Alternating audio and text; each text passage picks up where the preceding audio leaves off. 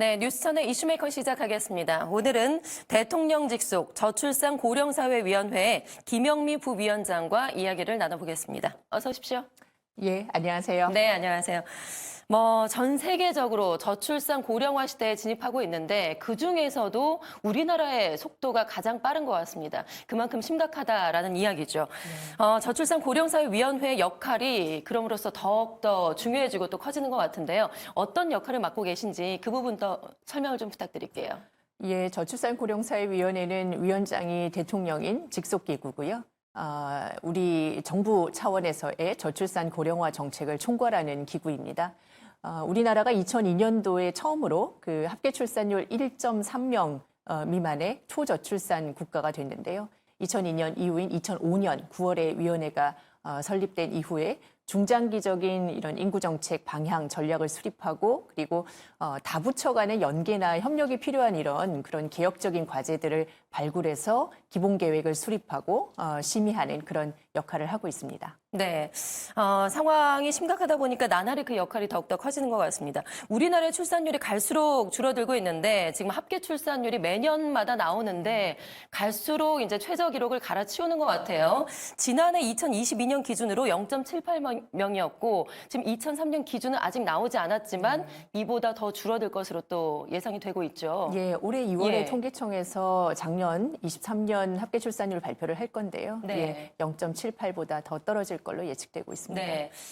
저출산의 문제는 우리 미래를 위해서, 대한민국의 미래를 위해서 해결해야 될 상당히 시급한 문제다라고 볼 수가 있겠는데, 이렇게 저출산 문제가 심화되는 가장 큰 이유는 뭐라고 좀 보시는지요? 방금 전에 미래를 위해 굉장히 심각한 문제다라고 말씀을 하셨는데요. 예. 현재 청년들, 그러니까 현재 청년들이 불안하고 이런 결혼하고 출산하는 거에 대한 그런 부담감이 너무나 큰 현실이 문제의 원인이라고 할 수가 있고요. 네. 그 안으로 들어가 보면 세 가지의 불안이 있습니다. 첫 번째로는 소득, 고용에 대한 불안이고요. 그래서 다른 나라들하고 비교를 해봤을 때 우리나라가 출산율도 낮지만 청년 고용률도 상당히 낮습니다. 예. 그로 인해서 고용과 소득에 대한 불안이 있고요. 그리고 두 번째는 누구나 다 아시는 것처럼 높은 집값 때문에 주거에 대한 불안이 있습니다. 아이를 낳기 전, 결혼 전부터 청년 시기부터 해서 아이를 낳더라도 아이를 좀 안정적인 주거 공간에서 키우고 싶은데 그것이 어려운 상황. 그리고 마지막으로는 양육에 대한 불안인데요. 양육 비용도 많이 들지만 이보다 더 중요한 거는 일하면서 아이를 키우기 어려운 일가정 양립이 너무나 어려운 이런 상황이 문제의 원인이라고 할 수가 있습니다. 예, 여러 가지 참 이유들이 있는데 그만큼 지금 부위원장님의 역할이 또 중요하고 상당히 바쁘실 것 같습니다. 올해 저출산 해소를 위해서 여러 가지 좀 새롭게 시행되는 정책들이 있다고 들었어요. 어떤 정책들이 있는지 좀 소개를 해주신다면요. 예, 저희가 2006년도부터 기본계획 수립하면서부터 상당히 많은 정책들에 수백 조의 예산을 투입했다라고 말씀을 하셨는데요. 작년에 저희가 저출산 고령사회위원회 회의를 대통령 주재하시는 회의를 개최해서 선택과 집중해서 핵심 정책들을 발표한 바가 있습니다. 예. 그것이 올해 추진되기 시작하는데요. 5개 영역 중에 주요 정책들을 살펴보면 1순위로 일단 일하는 부모들이 그 아이를 돌볼 수 있는 시간을 지원하는 정책이 최우선 순위로 역점을 두고 저희가 발표를 했는데요. 대표적인 것이 6+6 부모 육아 휴직제. 예, 부모가 아이가 어렸을 때는 부모가 함께 아이를 키울 수 있도록 그럴 때 그 급여 보전 수준도 높여주는 이런 정책입니다. 그리고 네. 재택근무나 유연근무를 좀 활성화하고 근로시간을 좀 단축시킬 수 있도록 사실은 아이가 어렸을 때뿐만 아니라 초등학교에 들어간 이후에 아이를 돌보기 위한 시간이 좀 필요한데요. 그걸 위해서 초등 6학년까지 육아기 근로시간 단축을 활용할 수 있도록 한 제도가 대표적이고요. 예. 그리고 한 가지는 또 주거정책 관련해서 최근에 언론 보도에서도 많이 나왔는데요. 모든 그런 청년들의 주거 불안이 그런 심각한 문제이기도 하지만 특히 저희는 일단은 단기적으로 신생아 특례라고 해서 이제 올해부터 태어난 아이들, 향후에 이제 2년 정도 안에 태어날 아이들에 대해서 부모의 결혼 유무와 상관없이 아이를 중심으로 여러 가지 전세 그리고 구입 자금에 있어서 그리고 공급까지도 여러 이제 자금 대출 지원에서 특례를 대폭적으로 좀 확대할 것을 발표를 한 바가 있습니다. 뭐 그 네. 외에도 뭐 아이 낳고 싶은데 난임 때문에 사실 어려움을 겪는 분들이 네, 그런 분들도 많아서 많으시죠. 이게 이제 난임 지원으로 인해서 태어나는 아이들이 전체 출생아 수의 한 10% 가까이 됩니다. 그래서 아이 낳고자 하는 분들에게 소득 상관없이 난임 지원을 받을 수 있도록 난임 지원의 소득 기준도 폐지한 바가 있습니다. 그리고 초등학교 들어가서 그 여러 가지 이제 돌봄 문제 때문에 네. 경력이 단절되는 이런 문제를 해소하고 그리고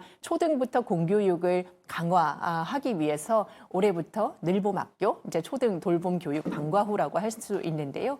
늘봄학교를 전면적으로 모든 초등학교에 확대하기로 했습니다. 네. 아이들의 학교 문제, 근무 요건 문제, 자금 지원까지 정말 하나하나 세심하게 꼼꼼하게 좀 챙겨주셨다는 걸 좀 느낄 수가 있습니다. 그런데 그 전에도 여러 가지 정책들이 많이 시행이 됐었잖아요. 과거에 시행된 정책들에 대해서 실효성은 얼마나 좀 있었나요? 과거에 시행된 정책들에 대해서 엄밀하게 정책 평가조차 하지 않았던 그런 문제들을 저희가 발견을 해서 예. 올해부터 작년에 이제 그 발표를 했는데요. 올해 3월에 네. 저희 위원회 산하에 인구정책 평가센터를 설치하기로 했습니다. 그동안 많은 주거지원 정책, 양육지원 정책들이 사실은 평가가 제대로 되지 않고 계속해서 있던 거에서 이름을 바꾸고 다시 이제 시행되는 이런 문제들이 있었는데요. 예. 그래서 이걸 전면적으로 평가를 하고 그래서 실효성이 높은, 효과성이 높은 정책들을 데이터에 기반해서 과학적인 근거에 기반해서 추진하겠다라고 발표한 바가 있고 올해 신년사에서도 대통령께서 이런 과학적인 근거에 기반해서 제대로 실효성 높은 정책을 추진하자라고 네. 말씀하신 바가 있어서 그 준비를 지금 하고 있습니다. 사실 과거의 정책들에 대한 평가가 제대로 이루어져야 정말 부족한 부분, 가려운 부분을 제대로 긁어줄 수가 있는 맞습니다. 거거든요. 이제 제대로 이루어지겠다라는 말씀이시고요. 네. 사실 앞서서 뭐 자금 지원 부분도 말씀을 하셨는데 육아휴직급여하고 아동수당 같은 양육 지원을 대폭 지금 확대하는 방안도 이제 추진을 하고 있다라고 하셨고 저출산 기금을 도입하겠다 이 부분도 지금 검토를 하신다고 들었어요. 이건 어떤 건가요? 예, 저희가 뭐 수백조 예산을 투입을 했는데도 그 효과가 나타나지 않았다라는 말씀을 하시는데, 예.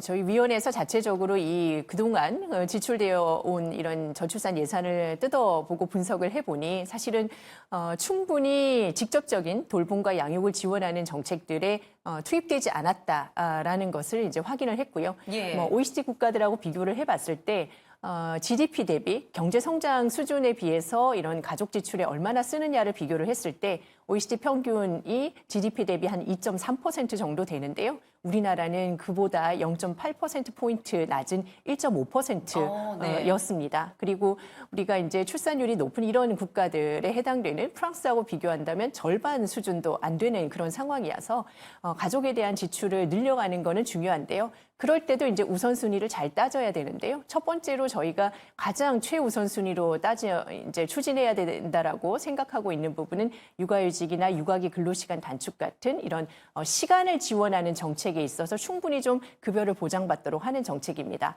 그래서 이걸 하려고 하다 보니 지금 현재 이 제도 같은 경우에는 고용보험 기금에 묶여 있고 현재 고용보험 기금은 적자 상태입니다. 네. 그래서 새로운 재원 방식이 필요하다라고 해서 뭐 최근에 언론에 뭐 보도가 되긴 했는데요. 저희가 전문가 간담회들을 통해서 어떤 그런 이런 이제 재원에서 이 저출산에 필요한 이런 재원을 확보할 수 있을 거냐라고 했을 때는 지방 교육재정 교부금이라든지 이런 걸 활용해서 특별기금을 만든다든지 혹은 인구교육세라는 것을 새롭게 신설한다든지 이런 제안들이 나와서 내부적으로 검토를 하고 있습니다. 네. 저출산 고령화 문제에 대해서 대응은 장기적으로 이루어져야 될 것 같습니다. 앞으로 부위원장님도 더 바쁘게 활동을 하셔야 될 것 같은데요. 저출산 고령사회위원회 부위원장으로서 앞으로의 포부가 또 남다르실 것 같습니다. 한 말씀 해주신다면요.